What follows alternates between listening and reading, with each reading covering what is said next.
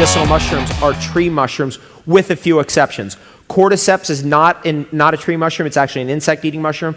Agaricus blazei, which we looked at just a moment ago, is actually a mushroom that comes out of the ground. So there are some exceptions, but generally, as a general rule, the tree mushrooms are the medicinal mushrooms, which to me is interesting because a tree is doing something really trippy, which is it's levitating upwards, it's falling upwards. It's violating every law we've been taught, which is, in order to go up, you have to fight gravity, and you have friction because you're fighting gravity, but a tree doesn't have friction because it never heats up. In fact, if you touch a tree, it's cold. How could it be cold? How could it be cool under a tree? How can sap move up and down that tree without creating frictional heat? If friction is the only rule, then we're obviously in a totally wrong physics model, right? The whole thing of a tree completely violates everything in physics, that a tree could even exist, that you could even exist. I got to put that out there because we got to start really questioning this whole science model because it's delivered to us what? Death, pain, fire, destruction, wars, greed, famine, hate, pollution, oceans filled with plastics. That's what it's delivered to us. So we have to go, wait, maybe the whole structure of this model of thinking is wrong. Perhaps. Right? So the tree, now if the earth was left to go into its natural ecosystem development and we weren't interfering with it, the earth would develop forests. And apparently the earth had huge forests on it with 500-foot tall trees for most of its history. In the recent history, until we came along, kind of mowed everything down. Apparently underneath the Great Lakes, at the bottom of the Great Lakes, are 500-foot tall trees from an ancient ecosystem that are still there, and they're preserved completely by the water and the pressure. So they're just basically sitting under there. So that means to me that the earth is actually drawing out of itself levitational materials.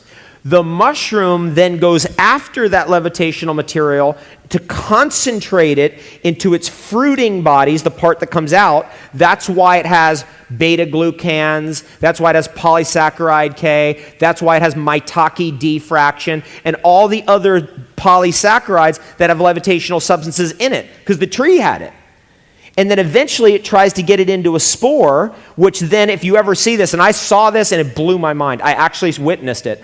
I always thought that medicinal mushrooms, tree mushrooms, are always releasing spores all the time. But no, they don't. Actually, these tree mushrooms release spores on maybe one day a year in a highly energetic event. And one day I was in the forest and I saw it and I was like, whoa. What happened was we were looking at a giant Ganoderma apollinatum, which is the giant ones. You guys ever seen the giant shelf mushrooms? If you live in the northern regions of America or Canada, you know what those are. Those big ones that are in the forest. Who's seen those? They're called artist conchs because the bottom of them are white, and artists used to use those as canvases.